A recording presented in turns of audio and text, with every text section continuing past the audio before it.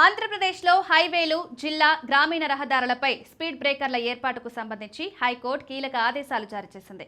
కేంద్రం Indian road Congress జారీ చేసిన కొత్త మార్గదర్శకాలను అమలు చేయాలని రాష్ట్ర ప్రభుత్వాన్ని ఆదేశించి ఇప్పటికే ఉన్న స్పీడ్ బ్రేకర్లను కూడా ఐఆర్సీ మార్గదర్శకాలకు అనుగుణంగా సరిదిద్దాలని స్పష్టం చేసింది. ఈ మేరకు ప్రభుత్వ ప్రత్యేక న్యాయవాది తెలియజేయడంతో సంబంధిత అధికారులకు సర్క్యులర్ జారీ చేయాలని ప్రభుత్వానికి సూచించింది. ప్రధాన న్యాయమూర్తి జస్టిస్ ధీరజ్ సింగ్ ఠాగూర్, జస్టిస్ చీమలపాటి రవిలతో కూడిన హైకోర్టు ధర్మాసనం ఈ ఉత్తర్వులు జారీ చేసింది.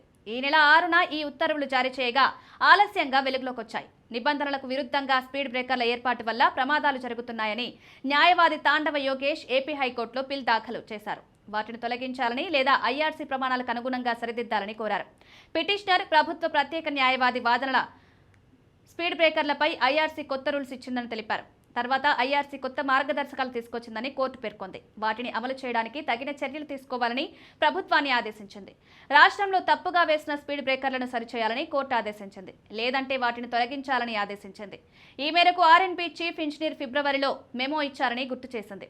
ఆర్ఐసీ మార్గదర్శకాల ప్రకారం స్పీడ్ బ్రేకర్లు ఎలా ఉండాలో హైకోర్టు ధర్మాసనం వివరించింది.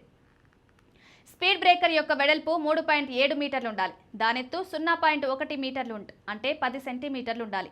వాహనం దానిపైకెక్కి దిగేటప్పుడు 17 మీటర్ల వ్యాసార్థం ఉండాలి. వాహనం పైకెక్కి దిగేటప్పుడు 17 మీటర్ల వ్యాసార్థం ఉండాలని తెలిపింది. స్పీడ్ బ్రేకర్ స్పష్టంగా కనిపించేలా తెలుపు, పసుపు రంగులు వేయాలని, స్పీడ్ బ్రేకర్ వస్తుందని చెప్పడానికి 40 మీటర్ల దూరంలో ఒక హెచ్చరిక బోర్డును ఏర్పాటు చేయాలని ఆదేశించింది.